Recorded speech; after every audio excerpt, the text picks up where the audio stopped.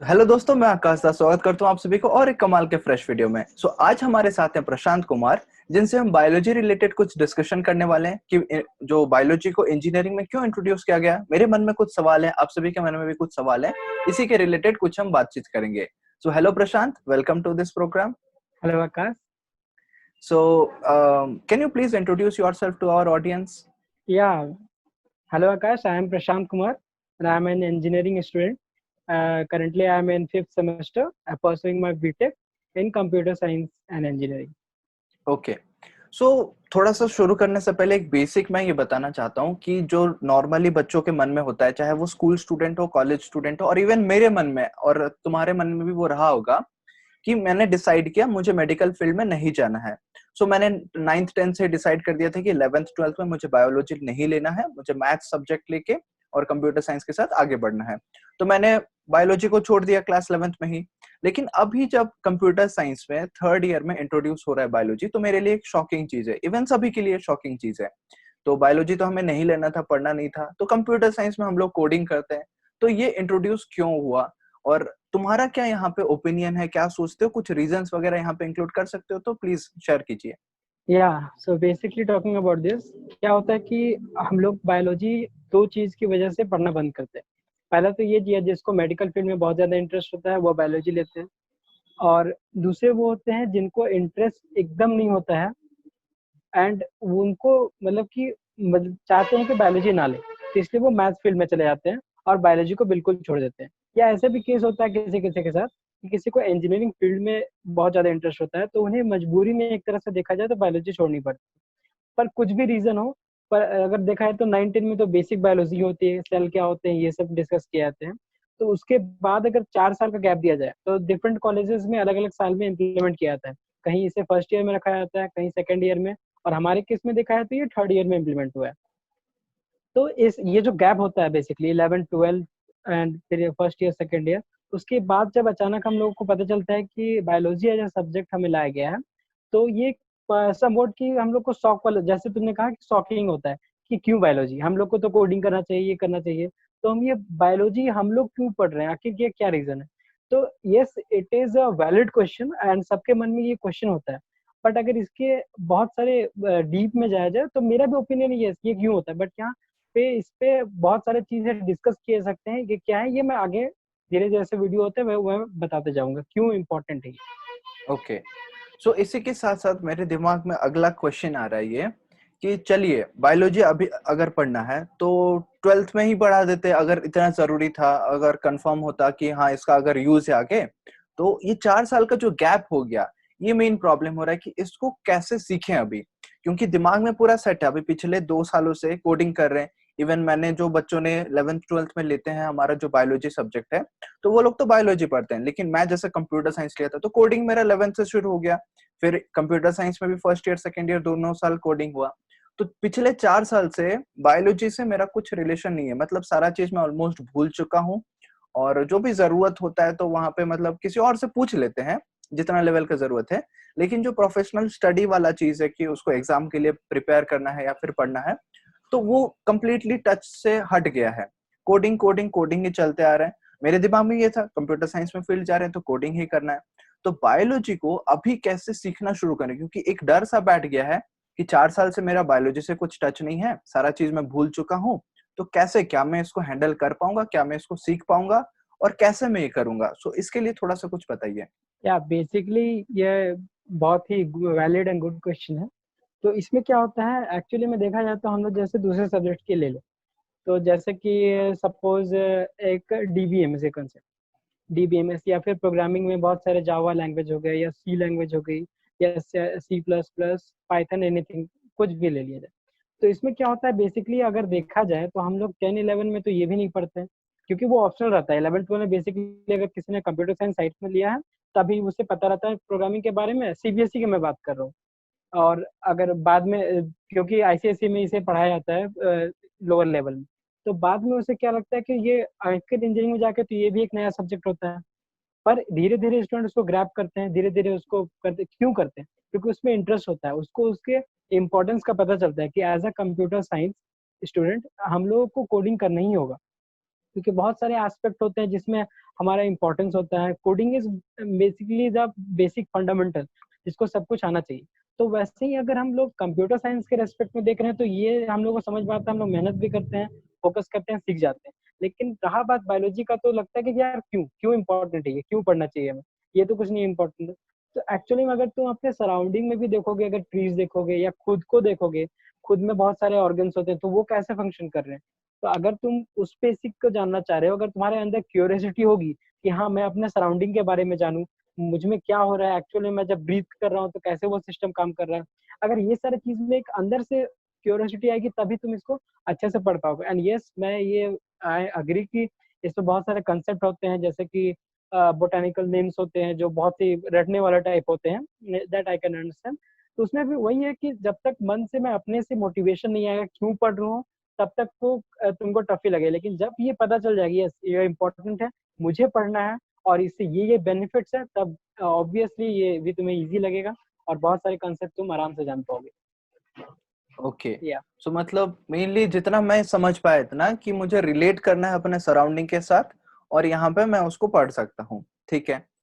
तो या यहाँ पे एग्जैक्टली। मेरा जस्ट इसी से रिलेटेड नेक्स्ट सवाल ये है कि चलिए एक सब्जेक्ट लेते हैं, डेटाबेस मैनेजमेंट सिस्टम, डीबीएमएस। यहाँ पे हम डेटाबेस के बारे में सीखते हैं, डेटा को ऑर्गेनाइज करना, उसको स्टोर करना, बहुत सारा तरीका है वहाँ पे। कंप्यूटर साइंस रिलेटेड सब्जेक्ट है, तो उसका मैंने एप्लीकेशन देखा कि अगर बहुत ज्यादा स्टूडेंट्स का मार्क्स होता है या फिर डेटा होता है तो उसको कैसे मैनेज होता है। बहुत सारे कंपनी का डेटा मैनेज होता है, जैसे क्वांटिटी बढ़ता है तो उसमें उसका रिलेशन मुझे समझ आ गया और ये मेरे फील्ड से है तो मैंने समझ गया कि ये कंप्यूटर साइंस रिलेटेड है। लेकिन अभी आगे मतलब फ्यूचर में बायोलॉजी का यूज कैसे करूंगा मैं, अगर मैं पढ़ रहा हूँ तो सब्जेक्ट स्पेसिफिक इसका यूजेस कैसे आएगा। जैसे कोई भी चीज पढ़ रहे हैं तो उसका कुछ यूज होना चाहिए हमारे प्रोफेशनल फील्ड में, तो इसका यूज हम कैसे कर सकते हैं और कहाँ से मतलब मोटिवेशन कैसे आएगा इसका, प्रैक्टिकल यूजेस क्या हो सकता है। मेन बेसिक क्वेश्चन ये है कि प्रैक्टिकल यूजेस क्या हो सकता है बायोलॉजी अभी इंजीनियरिंग में सीखने का। या सो उसके लिए तो मतलब कि आई थिंक कि तुम्हारा ये जो इतना था उसको समराइज ये कर सकते हैं कि हम लोग इंजीनियरिंग में क्यों पढ़े बायोलॉजी, मतलब एग्जैक्टली। व्हाई।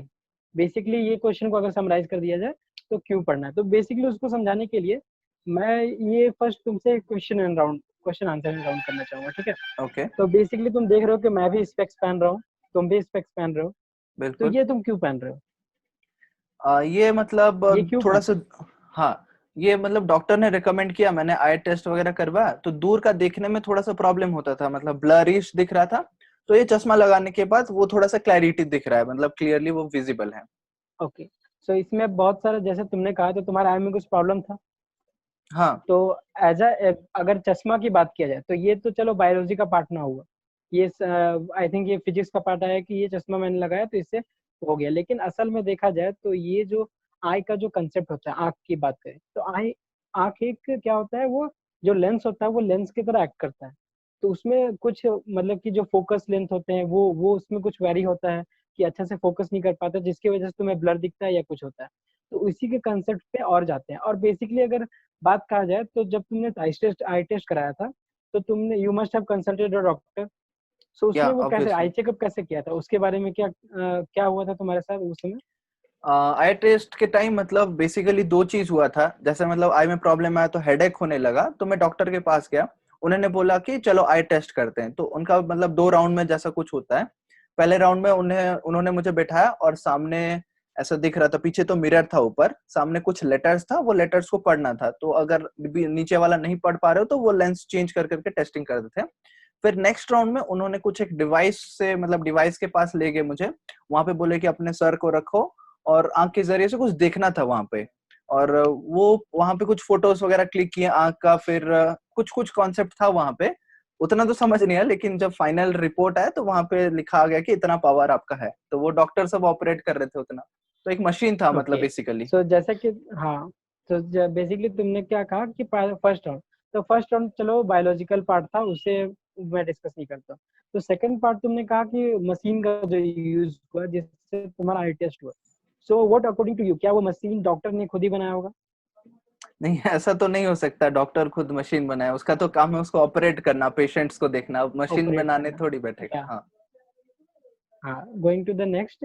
तुमने आईसीयू कभी गया, आईसीयू में कभी मशीन्स को कभी देखा है, वैसा कभी हाँ आशु, अपॉर्चुनिटी मैंने तुम्हें मिला है? विजिट किया है, बहुत सारे मतलब वहाँ पे इक्विपमेंट्स गैजेट्स होते हैं।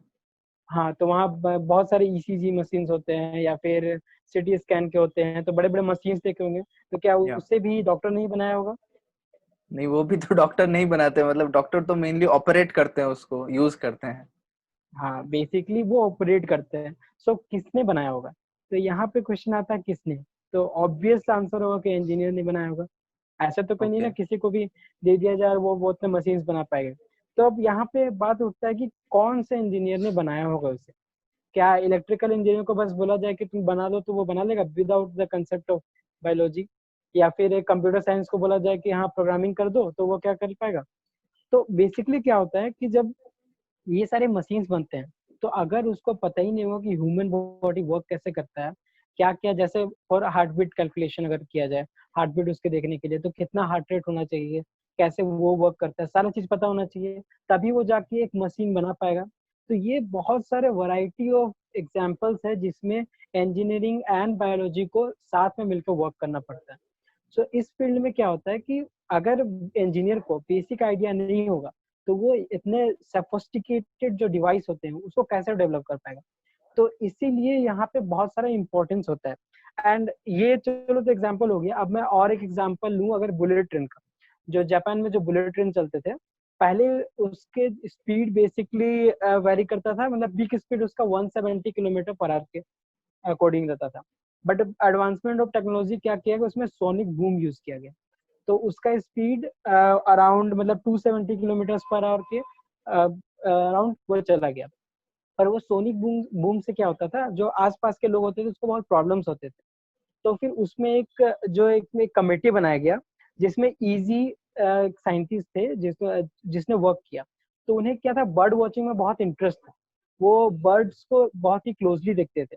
तो वो बहुत ही शार्प मूविंग या फिर जो वो बर्ड्स होते थे जैसे कि किंग फिशर ऑल, उसको उन्होंने ऑब्जर्व किया कि वो कैसे वर्क करते हैं। सो बाद में उन्होंने उस पर बहुत ही डीप स्टडी किया और उसके जो प्रिंसिपल्स है उसको अप्लाई किया बुलेट ट्रेन में। तो जब बुलेट ट्रेन में देखा गया, जब वो स्पीड मतलब कि ये इम्प्लीमेंट किया गया, उसके जो पॉइंट होते हैं, जो बुलेट ट्रेन का आगे का पार्ट, उसके जो पॉइंट होते हैं उसको जो किंग फिशर के जो पिक होते हैं उससे वो सिमिलरिटी के साथ उसको मैच किया गया। तब देखा गया कि इसमें 10% और इंक्रीज हुआ स्पीड में and 15% it was energy efficient. So देखो यहाँ पे तो मेन इंजीनियरिंग का काम आ रहा है, लेकिन बायोलॉजी का क्या इंपॉर्टेंस है कि बायोलॉजिकल इन्वायरमेंट पे जो ऑब्जर्वेशन हम लोग कर रहे हैं, तो उसको ऑब्जर्व करके हम लोग कैसे टेक्नोलॉजी को और एडवांस कर सकते हैं, जो जिससे देखो 10% मोर स्पीड होना और 15% एनर्जी एफिशिएंट, ये बहुत ही बड़ा बात है आई थिंक। सो इस तरह से एक स्पेशल फील्ड ही है जिसमें ऑब्जर्व किया जाता है नेचर को और टेक्नोलॉजी में यूज किया जाता है, उसको बोलते हैं हम लोग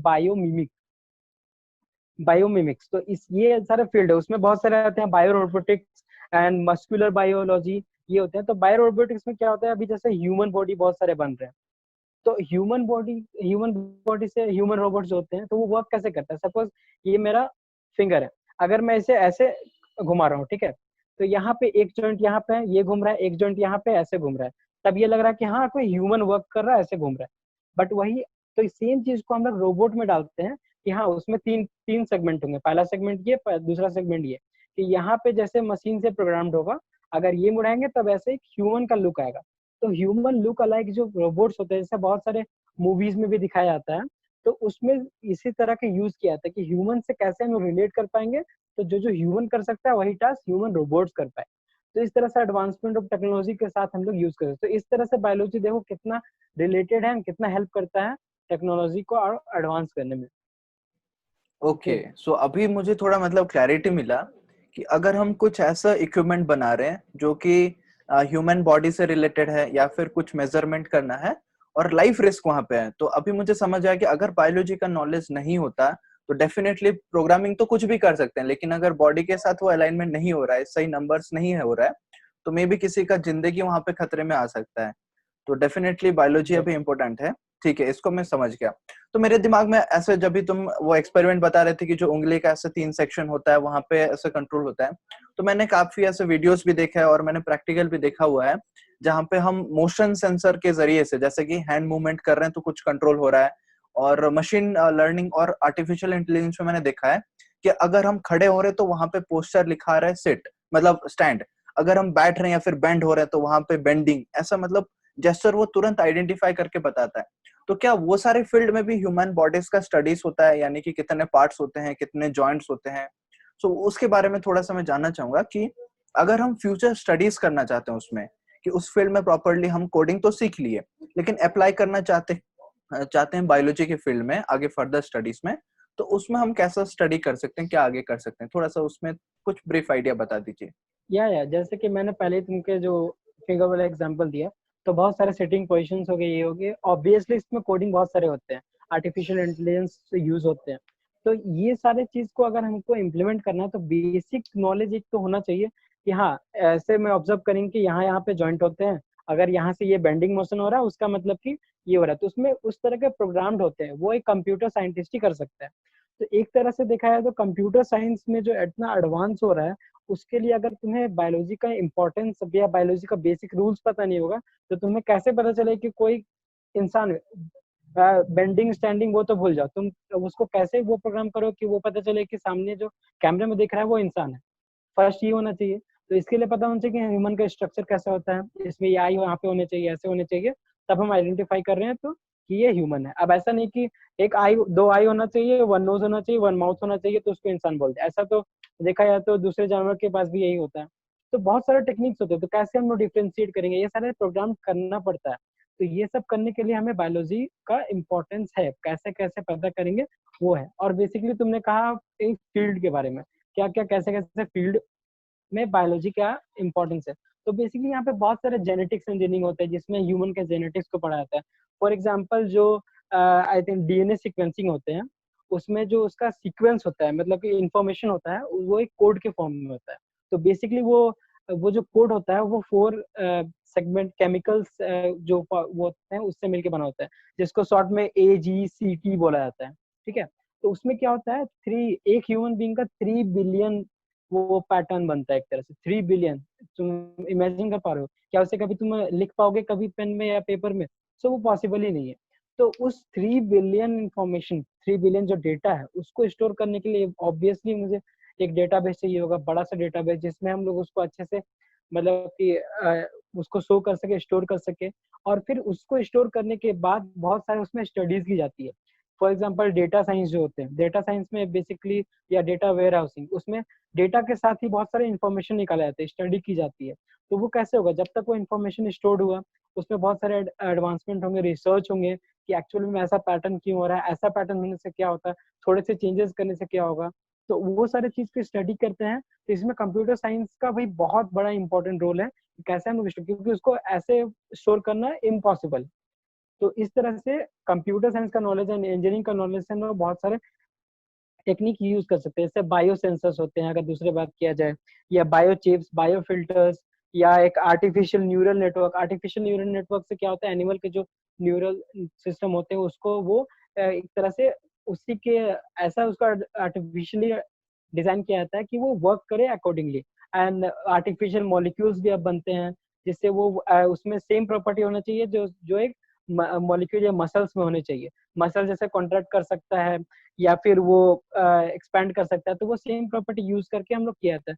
तो ये सारे फील्ड्स इसमें बहुत सारे मतलब कि एडवांसमेंट के साथ बायोटेक्नोलॉजी हो गया, कंप्यूटेशनल एनर्जी, एंड ये सारे में मतलब की स्टडी होती है। और बेसिकली अगर कंप्यूटर साइंस के रेस्पेक्ट में देखा जाए तो एक फील्ड है कंप्यूटेशनल बायोलॉजी। उसमें क्या होता है, बेसिकली मैथ्स एंड कंप्यूटेशनल जो हम लोग का वो पावर होता है, मैथमेटिकल पावर एंड बायोलॉजी, ये तीनों फील्ड को मिला के स्टडी किया जाता है। तो एक इंटरडिसिप्लिनरी स्टडी है, जिसे अगर तुम्हें इंटरेस्ट है बायोलॉजी में भी और मैथ्स में भी और कंप्यूटेशनल चीज में, तो तुम इस फील्ड में कर सकते हो। उसमें बेसिकली आर्टिफिशियल इंटेलिजेंस ये सारे को यूज करके बहुत सारे बायोलॉजी के जो प्रोसेसेस है उसको स्टडी करके मैथमेटिकल वे में कैसे उसको रिप्रेजेंट कर सकते हैं, ये सारे चीज उसमें होते हैं।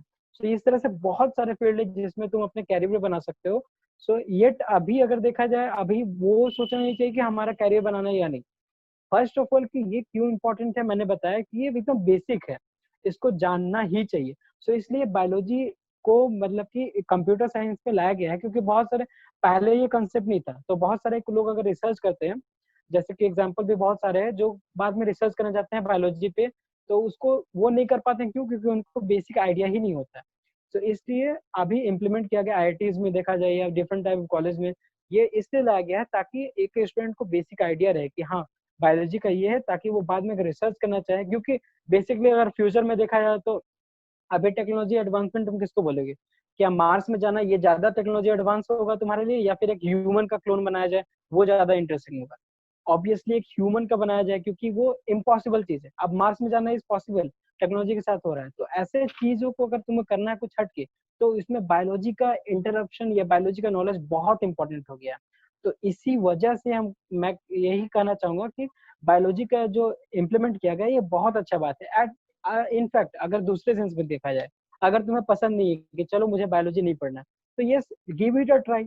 अभी तो तुम नहीं जान रहे हो, तुम पढ़ रहे हो, शायद तुमको वो इंटरेस्टिंग लगे, शायद तुम्हें वो इंटरेस्ट जागता है कि यस अब मुझे करना है तो इसी में ही करना है।